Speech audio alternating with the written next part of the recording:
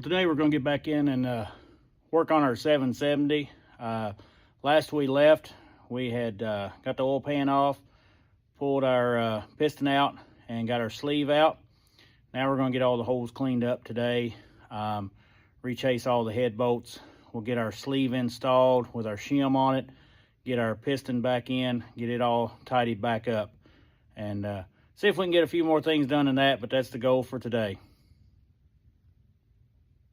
So one thing that we did have happen when I pulled the push rod out, they should have an end on it, a little ball end down there, and this one happened to stay. So when I took the push rods out, this third one from the back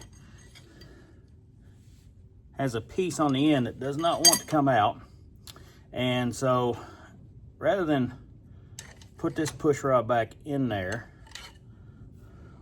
oh, I got it out. See that little ball right there?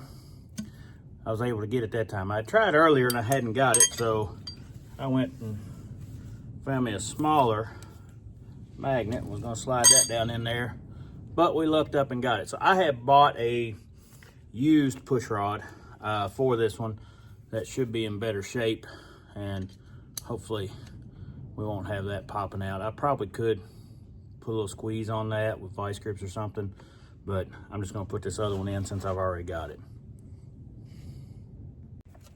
Now what I'm gonna do is some of the not so fun things. I'm gonna go through and pull any debris out of any of these holes where I cleaned the deck off earlier. And then I'm gonna run my tap through them, and then I'm going to run a die on my head bolts, and that'll have everything on the top side cleaned up. I'll have to run I've got a little felt brush like I run around there where I got coolant on that. I want to clean all that up. So this is kind of the slow part of it, just to cleaning up this stuff.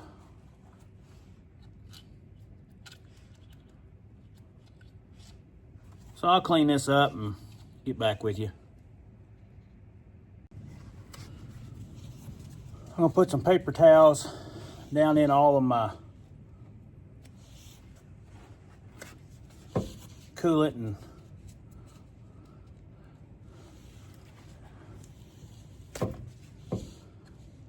and push rod holes,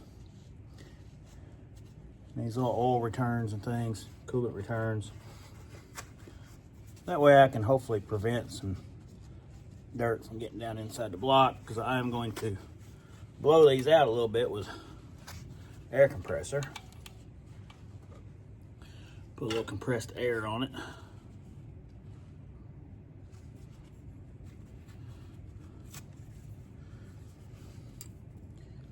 Because I got some other debris down in there that couldn't quite get out, so.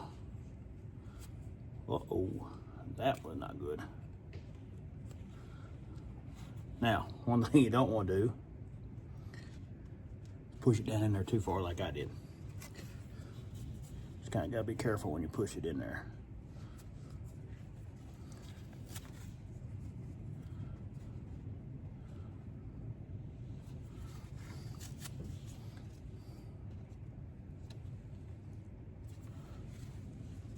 This will just keep the engine pretty clean on the bottom side.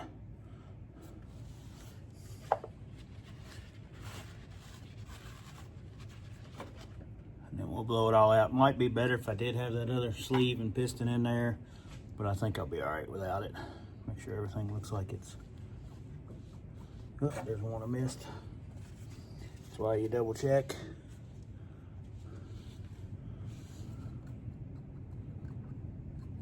I'm feeling for threads just to make sure. Now we'll blow it out with a little air.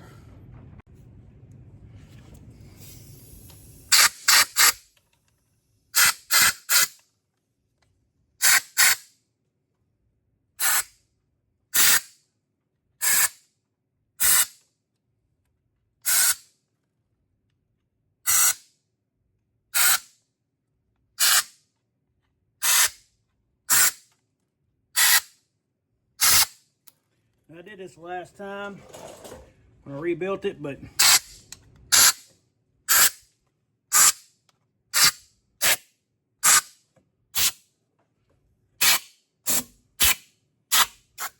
feel like I may have missed one, and that may have been my problem.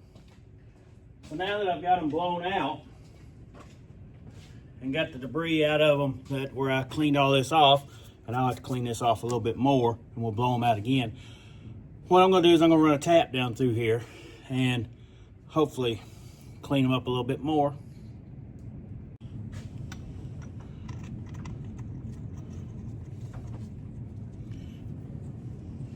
I run these taps. This is on the bigger taps. Put this on there. It's a little bit big, so these are pretty good shape. Now, I want to check my depth.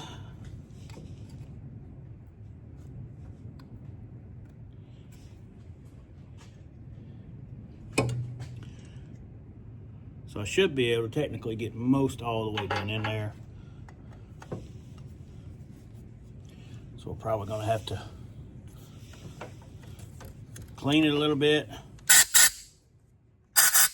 blow it out a little bit. I always want to make sure you're getting it started straight in there though, by hand. I'm just using the vice grips once I get down there a little lower. Give me a little leverage to turn it in.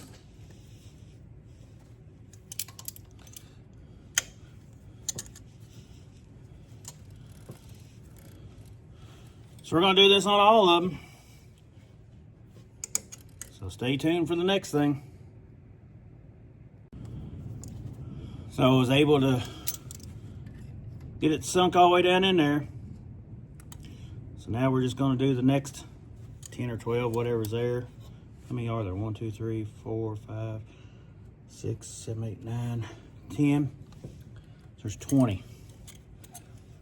Be 30 on a 6-cylinder. All right, we'll get these cleaned out and then we'll start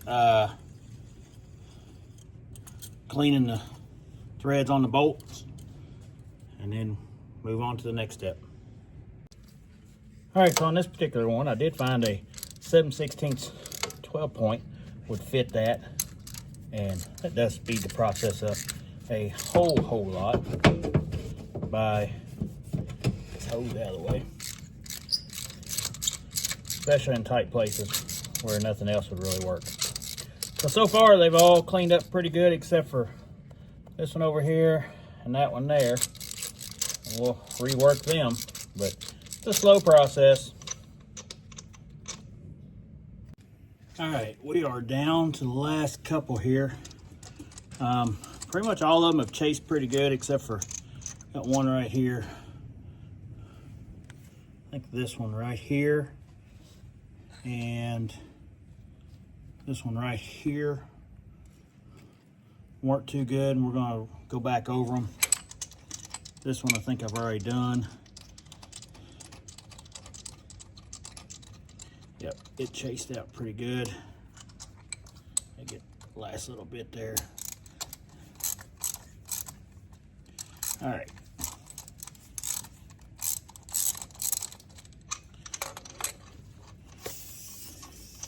And in between each time, I'm making sure I blow out the hole. And I'm blowing off my tap.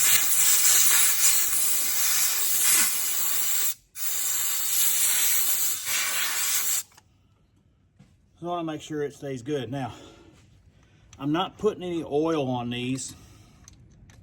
And typically if I was running the tap, I would put some oil on there. But I don't want the oil settling in the bottom of the hole, because what happens is that oil, I mean, I can blow it out, but it becomes a pain. But that oil, that one tapped out fine.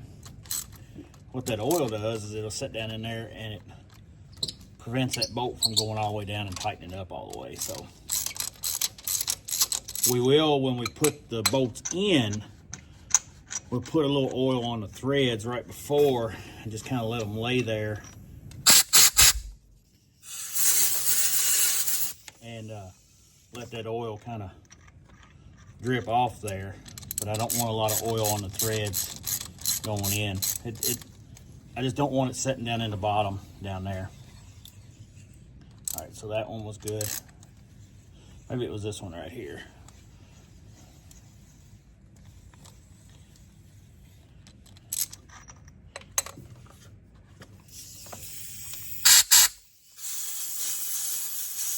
So that one had a little oil in it, so it went a little smoother.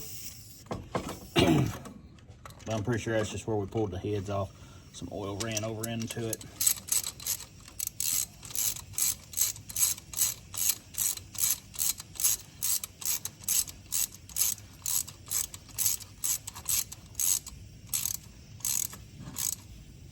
Yeah, that one's lacks about a thread or two, but I think we're deep enough that our bolt's not gonna get down in there. So clean it, we'll go back over to this other one, and then we'll run our head bolts through a die and get them cleaned up. So on this one, it's tightening up a little bit. One thing I like to do is I run it so far one way and back it up a little bit. And then we'll run it the other way again. We're just about there. Oh, we got it that time. We'll check a couple more. Make sure that they all clean. There's a couple I was questioning. We'll make sure that they clean out. And then that'll get us to the next step. All right, we'll chase these bolts, clean them out. I may have to get a socket put on there, but they're pretty clean. Don't mind the junk in the background. I've gotten behind a little bit to farm this year. All right. So we got about 20 of these to chase and clean out.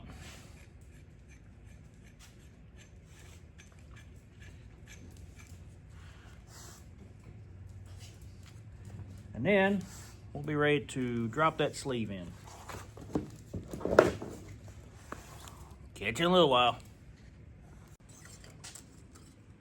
I'm gonna start cleaning this up.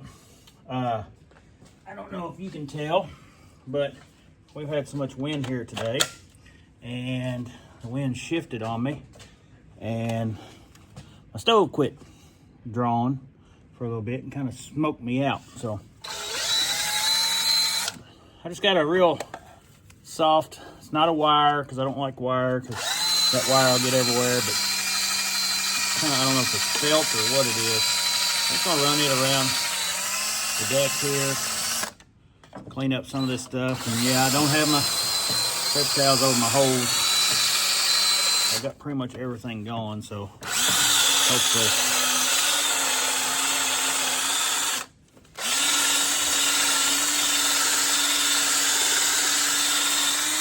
And that moisture,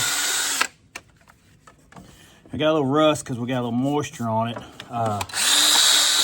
Temperature changed outside and got up to, well, it was in the 60s all last week, except for Sunday it was 72. And this shop, when I poured the concrete, I put plastic underneath half of it. I poured half of it one year and the other half a few years later when I had the money. In the first half, I had somebody pour it, and they told me to put plastic under it for a vapor barrier, and I did. And the second half, I did not put that vapor barrier under it, and the half that I poured and put that vapor barrier under, when the temperature changes like it did, and it's colder inside than it is outside the shop, it sweats, and that floor will sweat. And the side over there without the vapor barrier doesn't sweat one bit. So, I don't know, but the other thing is, these old case tractors, if you're familiar with them, when the casting gets cold and then it warms up, there's a temperature change, they will sweat as well. And so I think that's where a lot of this came from. If it wasn't on there, and it's been about a week or so, well, it's been about 2 weeks since I pulled that sleeve out. No, it's been about a week. But anyway, that rust wasn't on there until the last few days when it started sweating a little bit. And there's a spot right here I really don't like.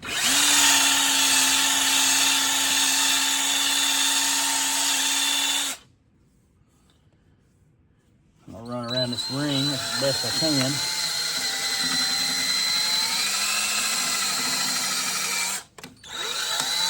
I want that to set all the way down on there, and I'm probably going to take a little bit of emery cloth and just run around that just a second there. Oh, a little smoky in here. Get your eyes burning just a little bit.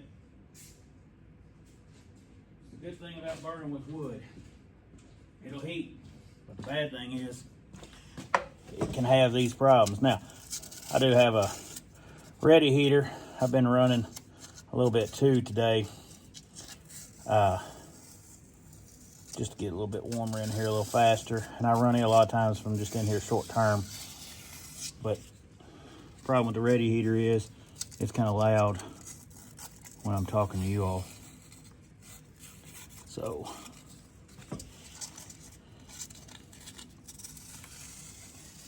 I'm just running emery cloth right around there, and then I'm going to take a small screwdriver and just run to make sure that I don't have anything sitting in the way there. That would prevent that sleeve. Although last time, remember, the sleeve went too far down. That was one of the things we were talking about. But I want to make sure that nothing's going to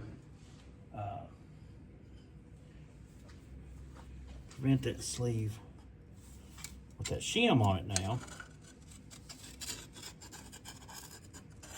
from setting all the way down in there.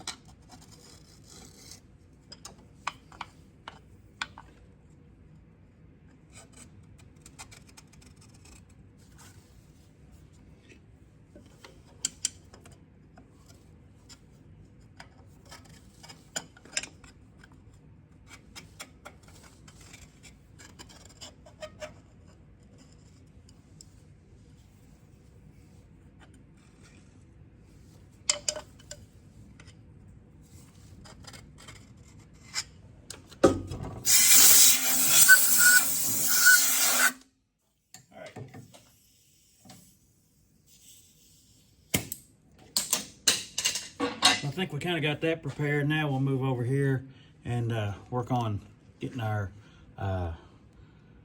sleeve and our rings and all on that.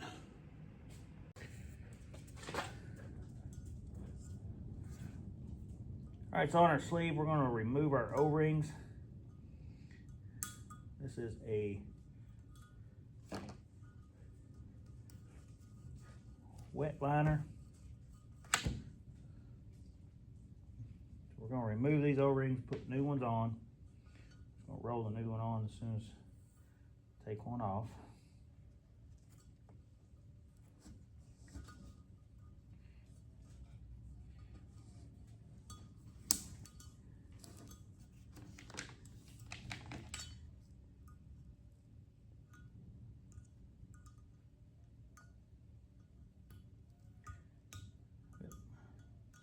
A pick hooked underneath of it. All right.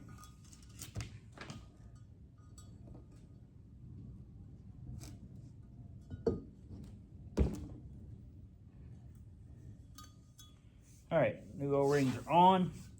I'm gonna clean around this top lip right here and install our shim on there. So let me get that taken care of. All right. Like around it a little bit.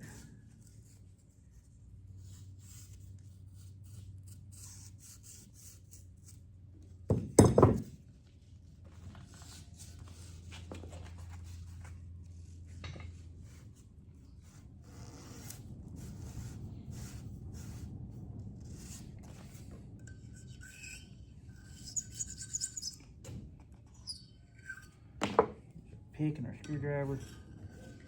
Make sure it's in there. Get some compressed air here.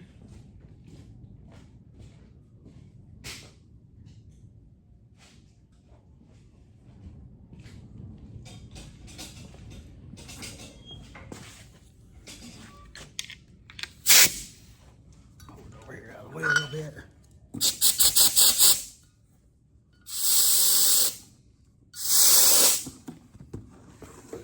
Run this pick around it one more time.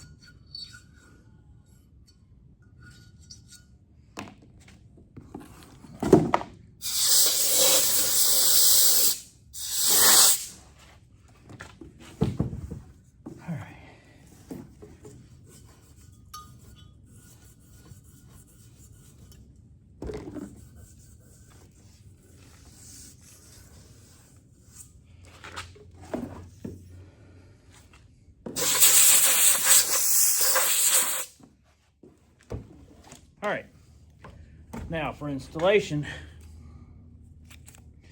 I like to put a little bit of, just a little bit of petroleum jelly on here. And that kind of, when you push these down in there, we'll go over and double check and clean that up just a little bit on that. But that petroleum jelly keeps them from rolling. Allows them to slide in there a little bit better. You definitely don't want one of these to roll, because then you'll be having to pull it back down. Do all this again because you're going to get oil in your coolant or coolant in your oil, one or the other. The coolant runs on the outside of that sleeve, where it's a wet sleeve. So we'll put this on there. I'm going to go clean up where those O-rings are going to set down in the block. Make sure all that's good, and then we'll install it. All right, we got our shim on there. Right there, you can see it. The back one's the worst one I have to do. I'm gonna drop this down in there. All right. Now,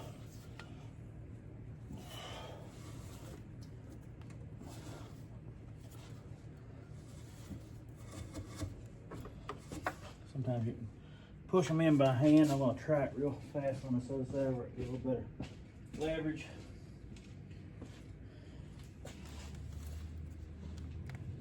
Not gonna go. There are some companies that make a tool, slide that in. I use what I got out here. So I'm gonna hold this up level, might be best. Hold it from the other side. Again, the back one's the hardest one, especially when you've got the cowl still on. All right, centered up there.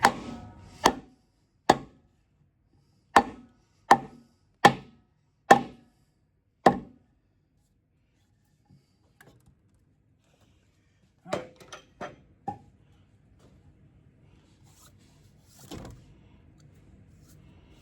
Back in there. Let's get our sled gauge. See where we're at.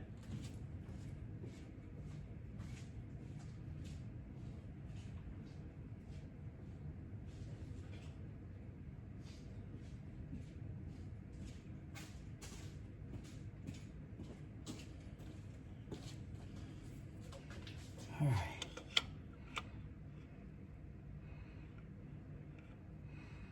I have to get where I can read this one. Let me try it on this back corner here. Try it on the side here first.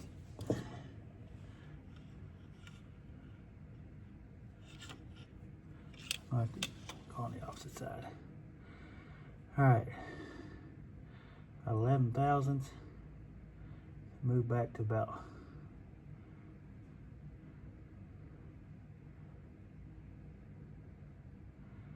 about 11 thousandths.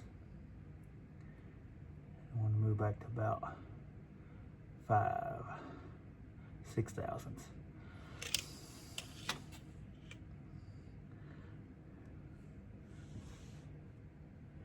That looks like it's about 13. So let me hit a couple more times. Now I put a 5,000th shim on there. That's all they had. I figured it would probably get a little closer that way than without the shim. So let's give her a couple more. I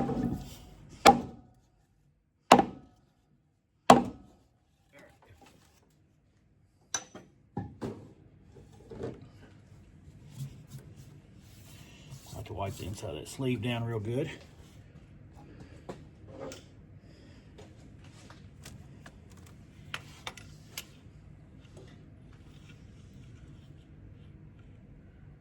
Now,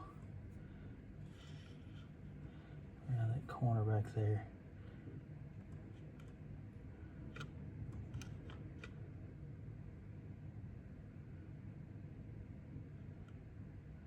Still running close to 5 thousandths, which you'd expect. We went flush.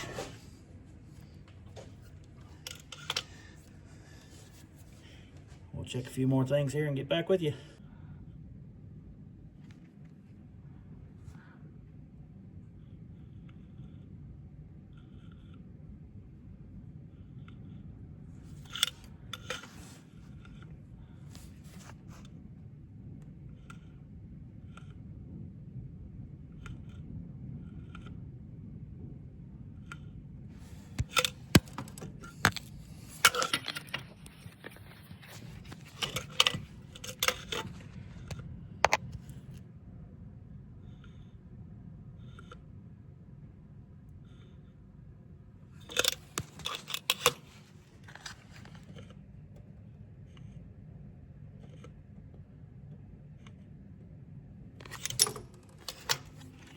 All right, I took my phone and used it where I could read all the way around there because I couldn't see when I was doing this side here, so I held my phone there so I could read it.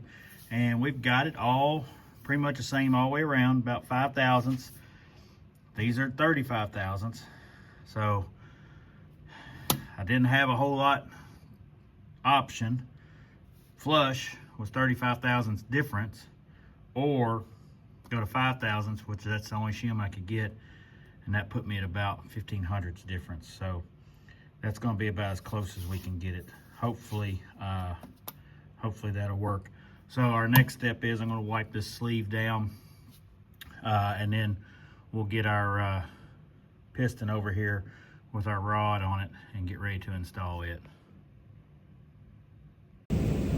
Sorry it's a little bit loud in here. I hope you can hear me. I did have to turn on my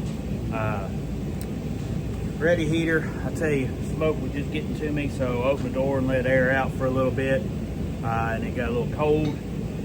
So normally, we're gonna get this piston ready to go. Normally, I would use a pre-lube, but I went back there to get my ring compressor and my little bottle of pre-lube that I had fallen over on its side, and I don't know if the lid wasn't on good or what, but it had all leaked out, so I didn't have any. So I'm just going to stick some oil on the rings.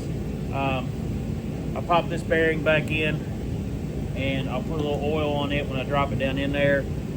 Some people like to put a piece of cardboard over this to keep it from hitting the sleeve as it goes down in there and doing any damage.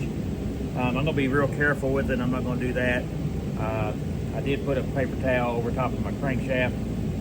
That way when it gets down there, it's not going to hit it real hard, and then I can slide that paper towel out when I push it back down in there. I'm going to clean my rod cap up here pretty good.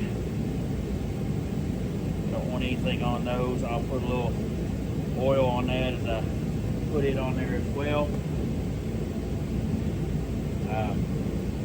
Our rings, I like to always make sure that they're not lined up at all. Even though these will walk a little bit, I don't want them over top of my wrist pin. I want to try to put them on opposite sides.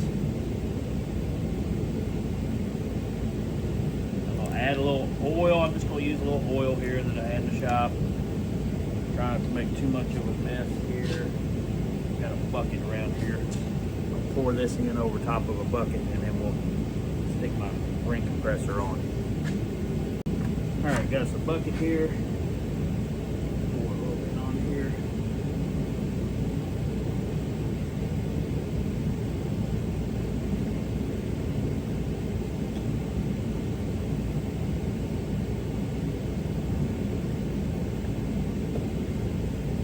Pre-lube, I like it a little bit better, mainly because it's thicker. Doesn't make a mess, and it stays on there a little better. So, now, set this upside down real fast. Get my ring compressor. Yep. I dropped it, and of all places for its fall, it fell in the bucket of oil.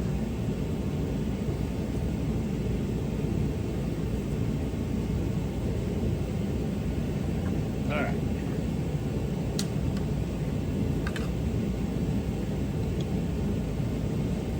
Slide this on here.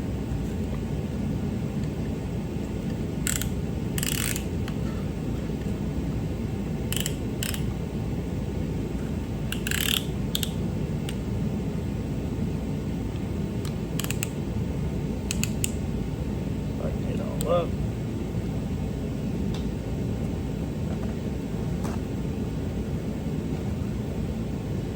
Wipe everything down. Now, I'm going to go over and put a little bit of oil in that sleeve, and then we'll drop it in there. I'm going to set you up over there. All right, would be better if I was wearing some rubber gloves. That way I don't get any of the acid off my hands on there. Let's put a little bit of lubrication around that, and then we'll drop our sleeve in. I said sleeve, and I totally meant piston. All right, so we always want to make sure that when we put our assembly in there, that we know which way our rod faces. So I'll drop this down in here, straight down in as easy as I can. All right. Now I'm going to go up underneath of it and look, double check and make sure my crankshaft's where I want it, so that my connecting rod can fall in there. Should be down. I'm looking, this piston here is down, so it should be down. That's where I've got it at. So then I'm going to take the butt of my hammer as soon as I find it. All right, so my crankshaft's down. So I'm going to try to take the butt of my hammer. And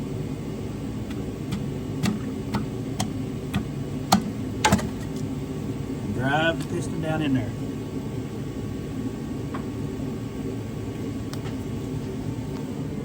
So there you go. She slid right in. Now, I'm going to get on the underside and pull that paper towel off, put our rod cap on, and a little bit of oil lubrication on that. So we'll get set up down there. All right, so paper towel's out. A little lube on there.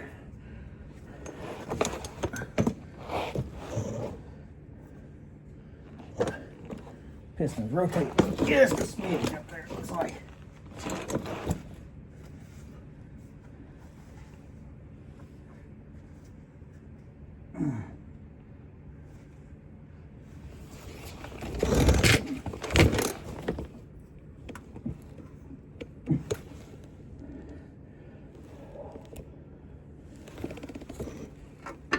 There we go.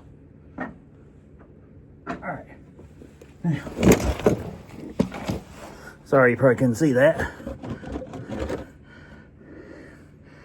Put some oil in our cap. Get our bolts here.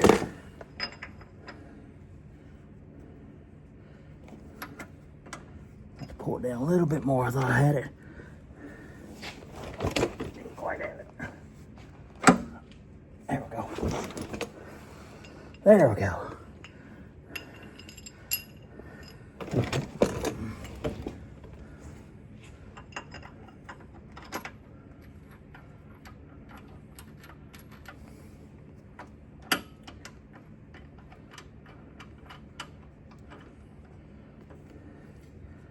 Get those bolts pulled in there. These torque between 95 and 105. I try to break them up the best I can by hand.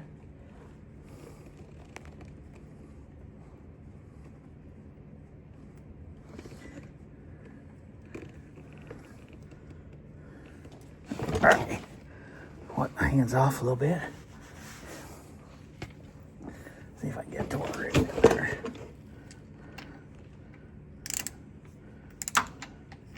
Bring each one of them up a little bit at a time.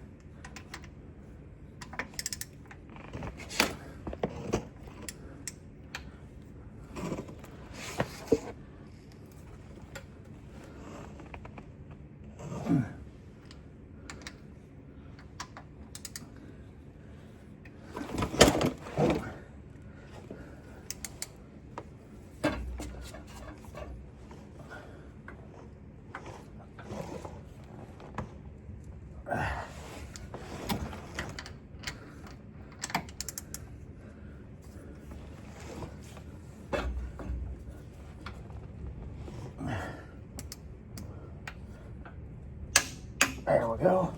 That one's there.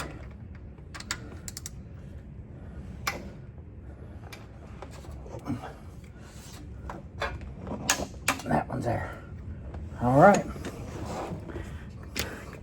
Piston and connecting rod and all's in.